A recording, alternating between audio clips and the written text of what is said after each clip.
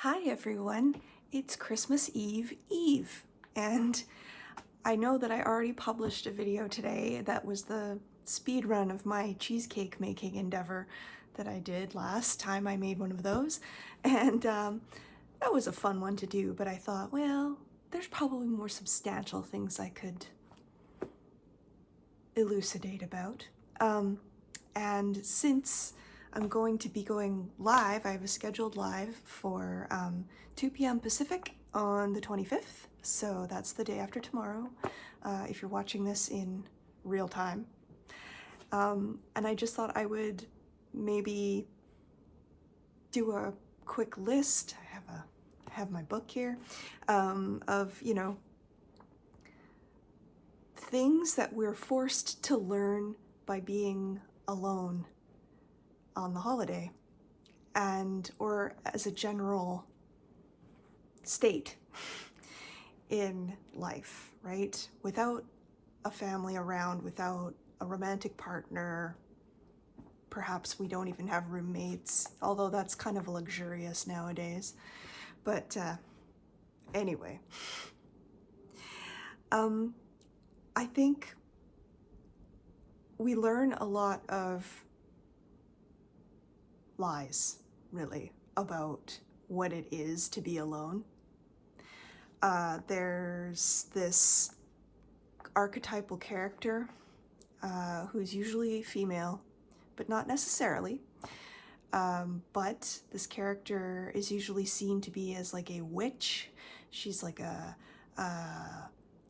sorcerer or sorceress who makes potions and lives in a shack by herself, and she's got a broom, that kids will make rumors about that she can fly, and she's got animals and doesn't have, apparently, any family. And we've all seen that archetype on TV growing up, right?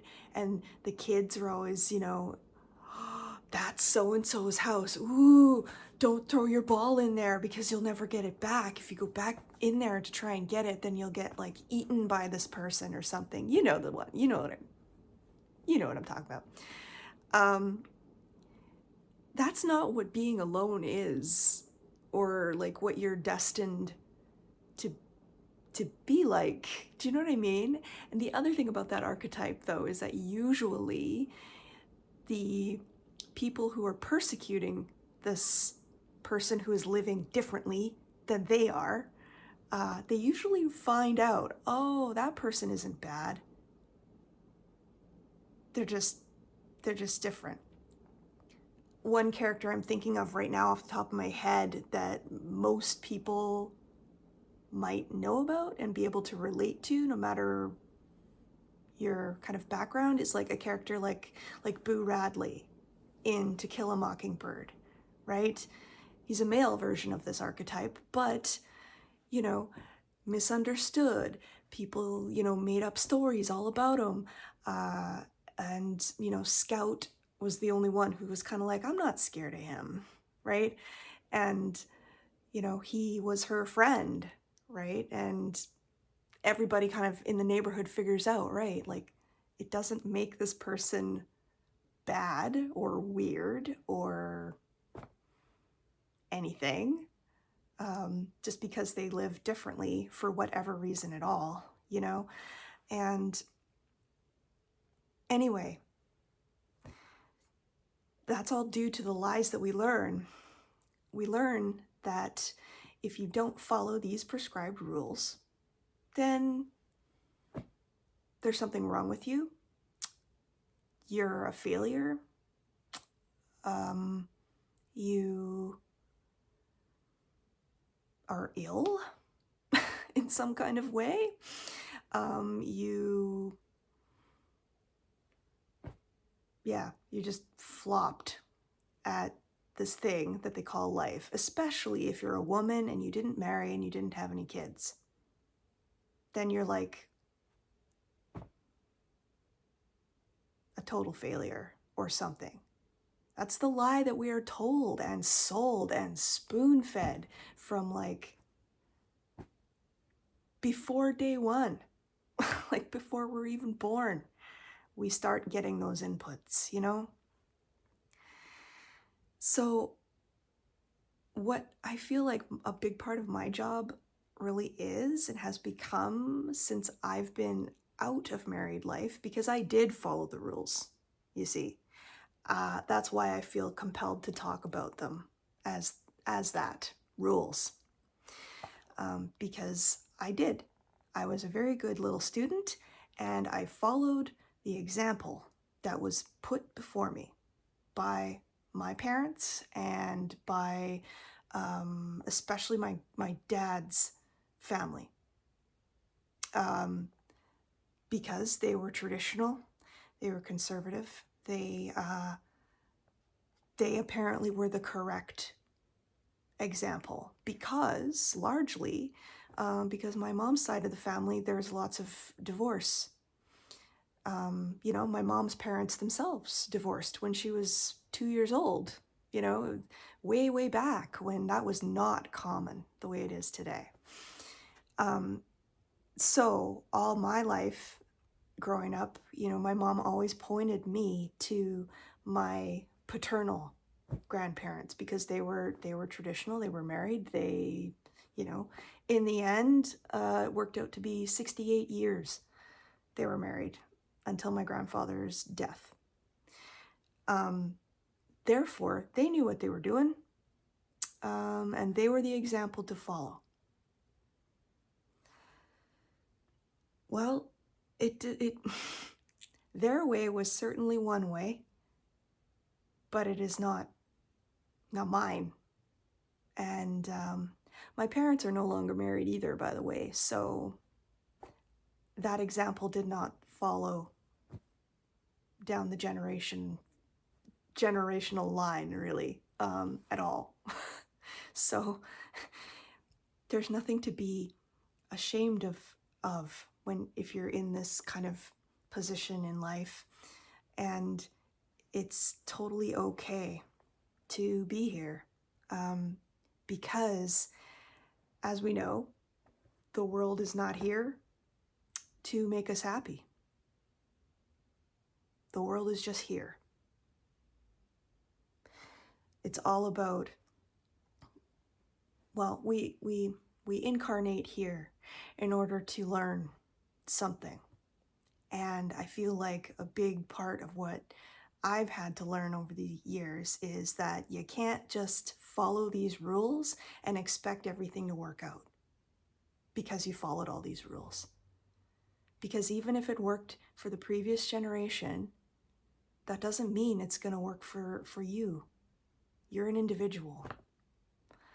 And there's going to be lots of factors, variables that come in that influence things and how they turn out. And you can have the best laid plans on paper and have them go completely off the rails. The rails weren't even there, you realize. And you can either be disappointed or you can see it as an opportunity. And so in my bid of seeing it as an opportunity, I go back to the notion that my people that I associate with, that circle can be as large or as small as I want it to be, according to my own preferences, which are mine.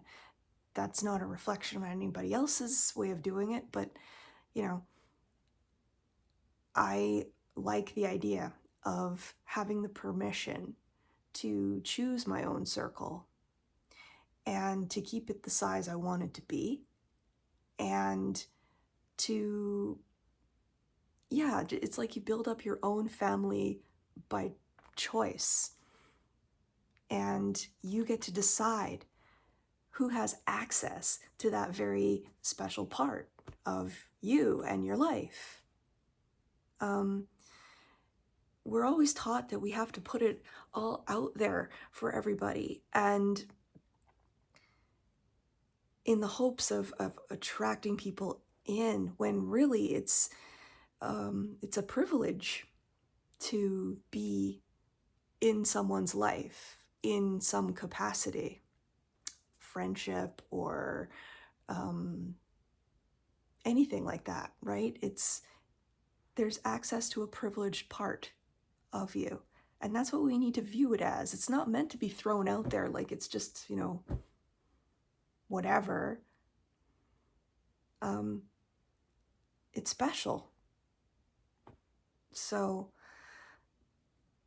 special people should have access to that rather than just anybody because you're lonely and scared or something. I think the major lesson here, I'm just looking down at my notes, sorry, I'm not ignoring you, is that the main lesson here is that you got to learn that, all those lies I was just talking about before, another one of those, the main root of all those lies is that you are not enough. You are not whole.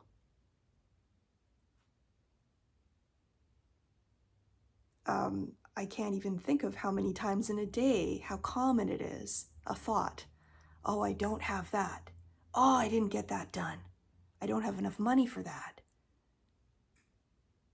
I'm out of milk. We're constantly aware of the things that we don't have. And just being in that mindset is just natural. So it's easy to reinforce in your own way that, that you're not enough. And that's just a byproduct of all those lies. And that's just my take on it. That's sort of my main thing that I come back to is, right, it's about getting to the truth. And sometimes getting to the truth means you got to figure out what the lie is. And then once that's decoded, you're like, oh, okay. Well, and then you can feel the liberation of knowing that and being like, okay, I just untangled something that I thought was one way for a really, really long time. I'm annoyed now that I thought it was one way for a really long time because I made a lot of life choices under those old beliefs. Well, that's a disappointment now, isn't it? But there's always a way to straighten it out one way or another. And that's about that, really. It's about doing the things that you enjoy, that bring you fulfillment without needing other people, other means of making yourself apparently feel happy, right? At this time of year, or any time of year, really. You have to lavish yourself with all of the gifts that you want and all of the activity or lack of activity that you want. And when that happens and you're fulfilled on your own, things start to make a lot more sense. Things start to get a lot easier. It's pretty amazing, quite honestly. So, Merry Christmas Eve. It was nice to see you, and I hope this finds you well. There's a subscribe button up there. There is a video down there that you can go ahead and watch. I'll see you either in some other video or on the live on Christmas. Bye.